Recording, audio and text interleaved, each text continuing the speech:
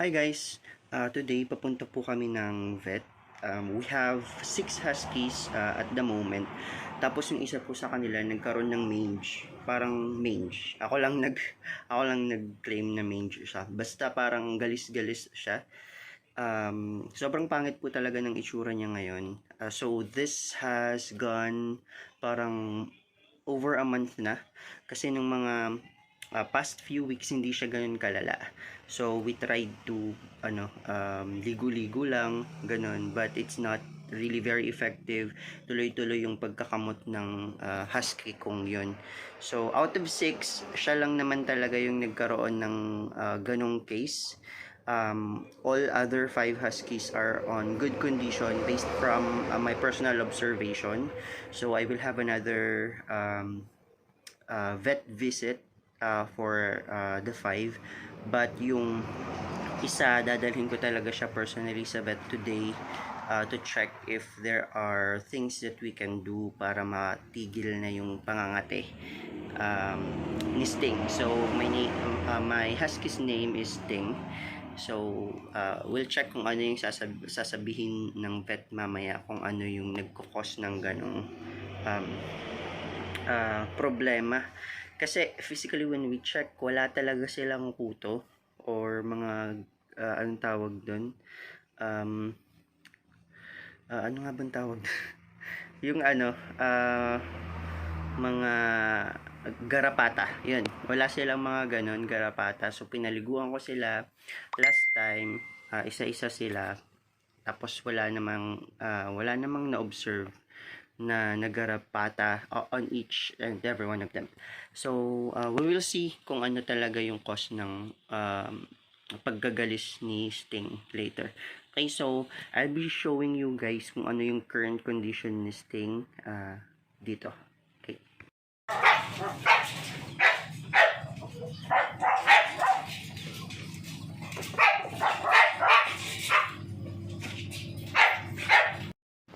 So ayan, yung current condition ni Sting, it's so sad to see na ganito.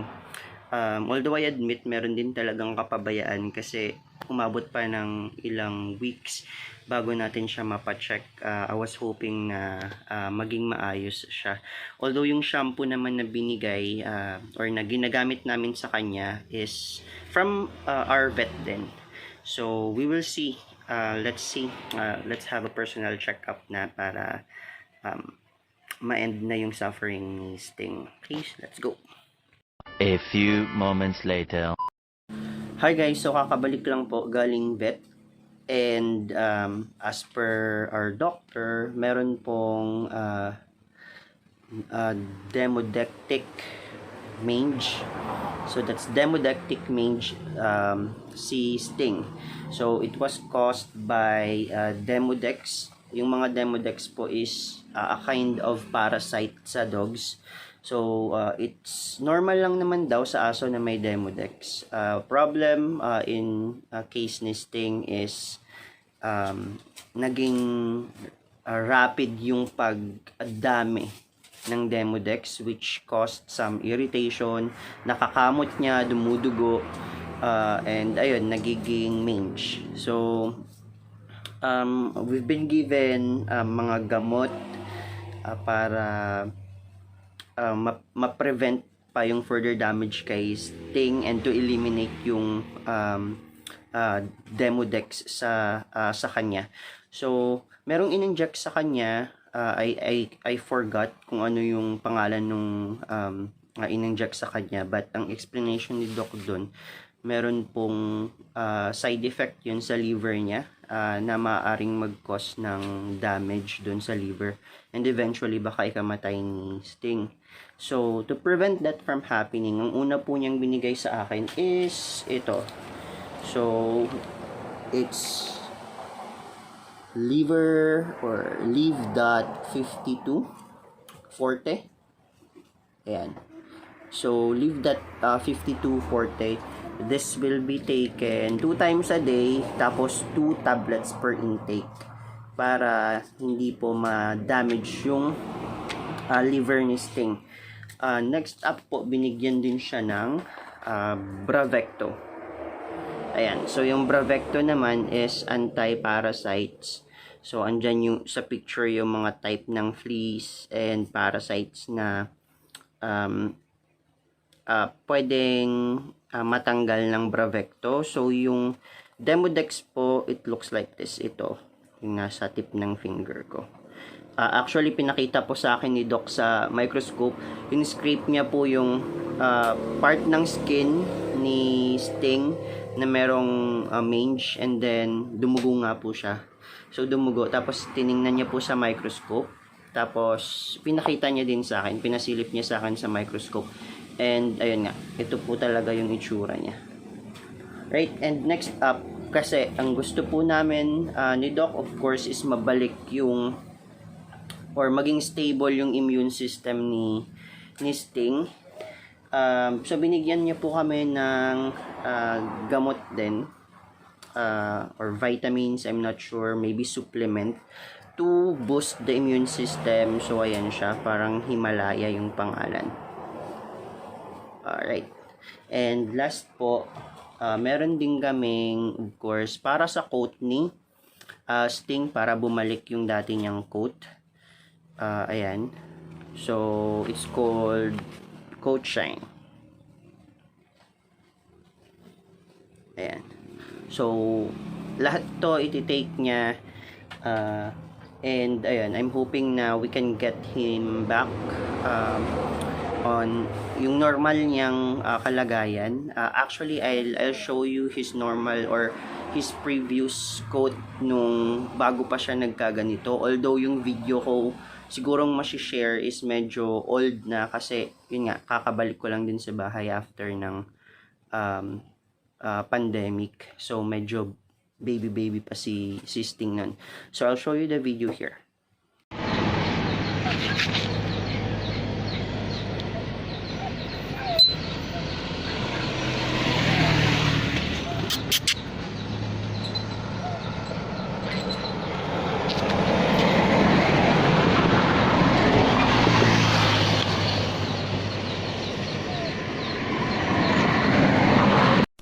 One week later. Hello, so update lang po natin yung condition na ni Sting after 1 week ng vet visit namin. So, today is November 1. So, isang linggo nang nakalipas. And to be honest, I'm very happy sa results nung gamot na tinitake niya. Right now, hindi na po kami nakakakita ng fresh na sugat. So, wala na. I mean, end na siguro ng suffering ni Sting, and hopefully bumalik na din yung coat niya.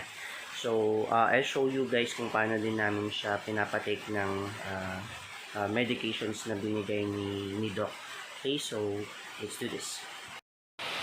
Hello, so ayun, papatake natin ngayon si Sting ng meds na binigay ni Doc, and ipapakita ko na din yung current status niya sa inyo. Okay? So, ayan na siya. So, sa ngayon, wala na pong fresh na sugat kay Sting. So, we're very happy dun sa results ng mga meds na binigay ni Doc. And, by the way, andito yung iba namin mga huskies pa. So, ito, si Saitama, yung katabi niya. As you can see, perfect naman yung condition. Maganda naman yung coat. Ito naman si Nani at saka si Biska. We have Sanji doon sa dulo. And then, yung tatay ni Sting, si Ichi. Ayan. Alright, so painumin natin siya ng gamot. Let's go. So, ayan. Pakita muna natin yung ni Sting. So, ayan. Wala na talaga siyang bagong sugat. Ito yung tuyo na. And, ayun. Parang tumutubo na din. Uli yung balahibo niya. So, ayun, hindi ko po siya masyadong sinusuklayan at the moment kasi nasasaktan po siya. Yung lumang suklay po kasi namin ganito, pink pa nga. Parang wires po yung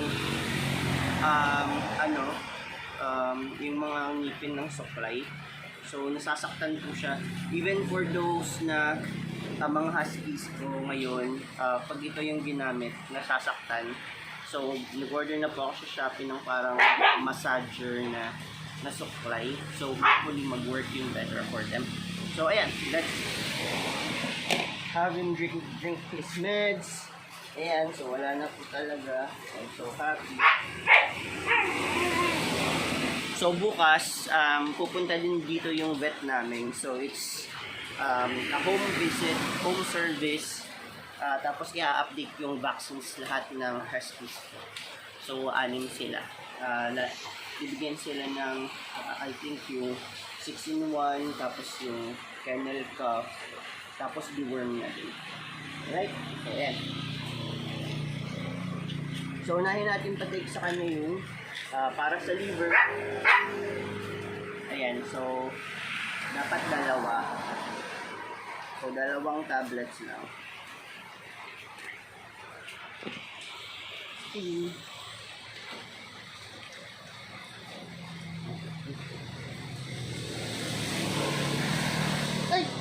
Nahulog.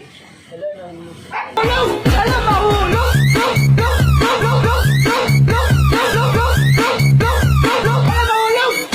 Buksan muna natin.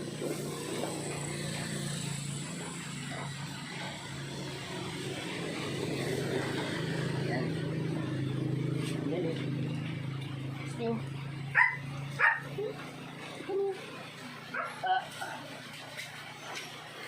Medyo mahirap pag tablet nyo. Pinapainom kasi.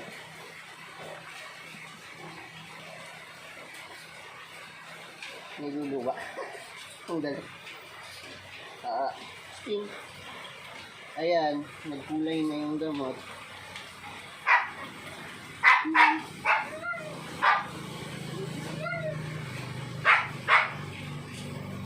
Ayan, perfect. Next up yung isa pa, cephalexin. So, nireseta din to ni Doc. Binili lang namin sa butika. Sting, hindi na. Ayaw niya na. Hindi ka.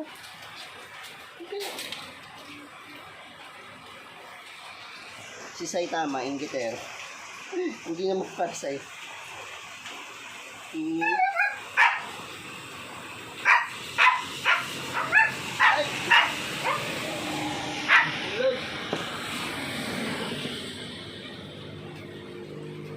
Ay, nabutas niya na.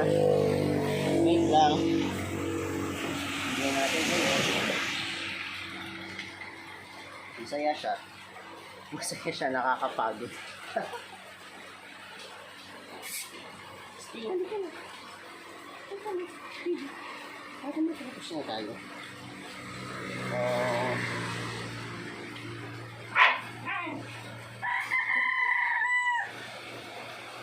Ayan. Next up.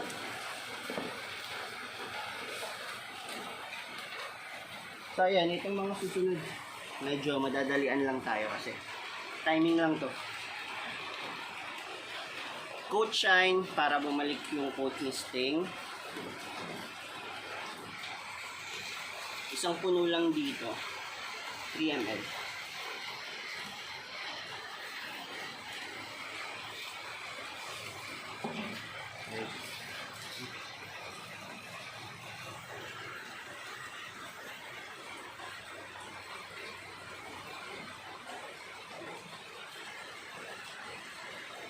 Ayaw. Yan. Perfect.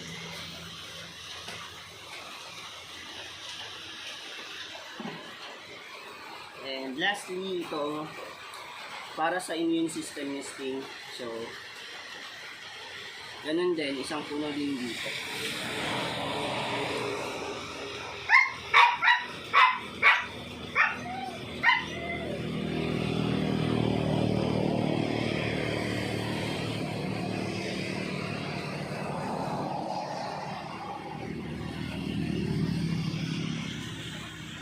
Yan. So, isang perfect timing. Daming tricycle. Ayun. Isang perfect timing lang ulit.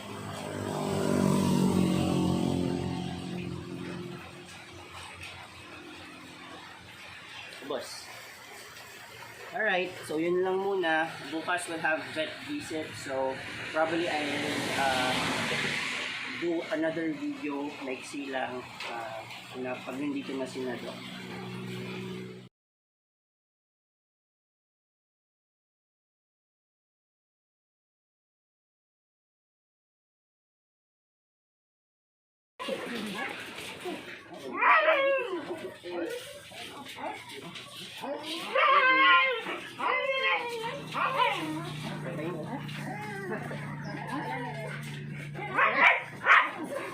Sabi yan.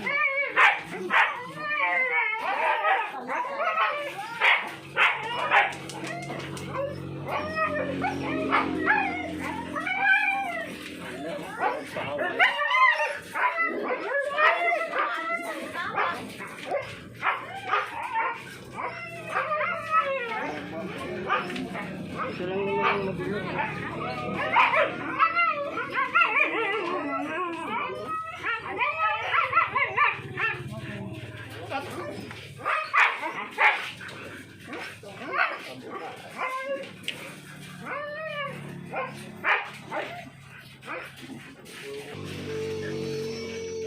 Muna lang yung tayo nila lang. Opo.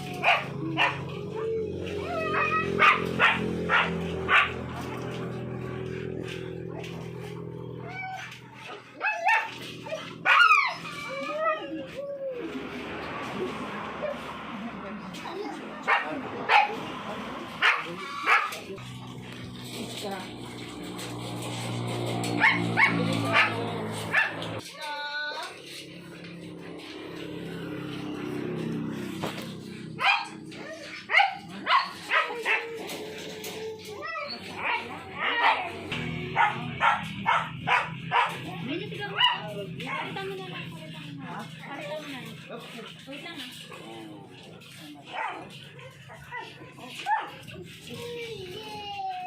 Wala pa yung supply nila. Iwan sa mga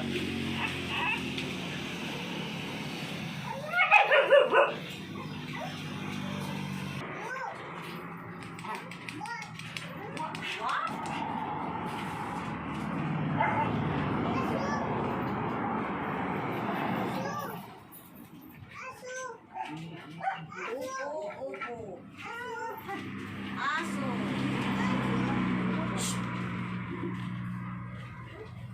Stupiduan.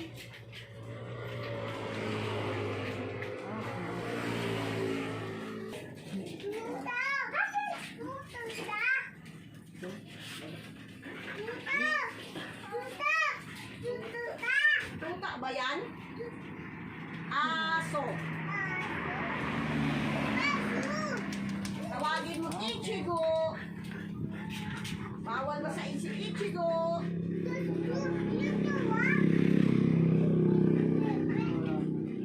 Wala na. Saan ang bibi? Baka hindi Ikaw yan? Waka. Yung sa ilong niya actually ano yan, yung kulay ng gamot.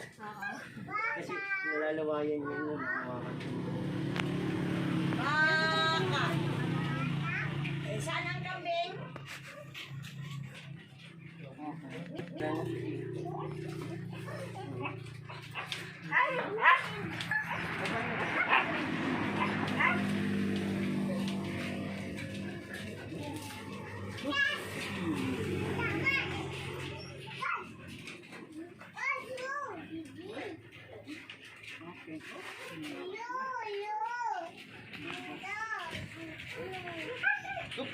Mahate. Mahate. Palitan mo na lang. Mabilis ka tuloy. No.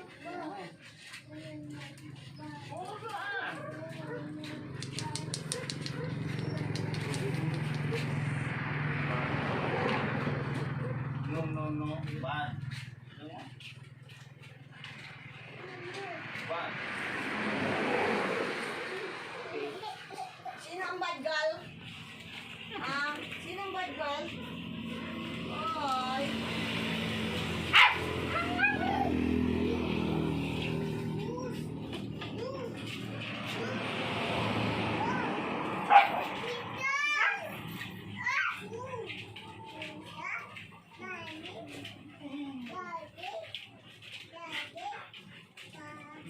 sa inyo.